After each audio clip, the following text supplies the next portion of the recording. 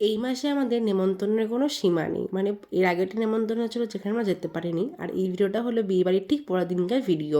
সেদিন ছিল দিদির জন্মদিন আর মামন্দির অ্যানিভার্সারি। তো প্রত্যেকবার দিদির বাড়িতেই করা হয়, কিন্তু এবারে হচ্ছিলো মামন্দির বাড়িতে। তো দুটো একসাথে সবসময় সেলিব্রেট করা হয়। আমরা পৌঁছালাম 7:30 এরকম নাগাদ। আমার গিফট আগে থেকেই কেনা ছিল সকালবেলা, এই জন্য কোনো চাপ ছিল না, বেশি দেরি হয়নি, তাড়াতাড়ি চলে এসেছিলাম। আর তারপরে ওখানে কিন্তু মামন্দি বানিয়েছিল, মামন্দি ঘরে বানানো পনির টিক্কা, যেটা খেতে খুব ভালো ছিল আর দেখতেও কিন্তু বেশ ভালো লাগছিলো। তারপর একটু খাওয়া দাওয়া কমপ্লিট করার পরে মামন্দির রওনা হলো একটু মালা বদল, মজা করে খুব ভালো লাগছিলো দেখতে।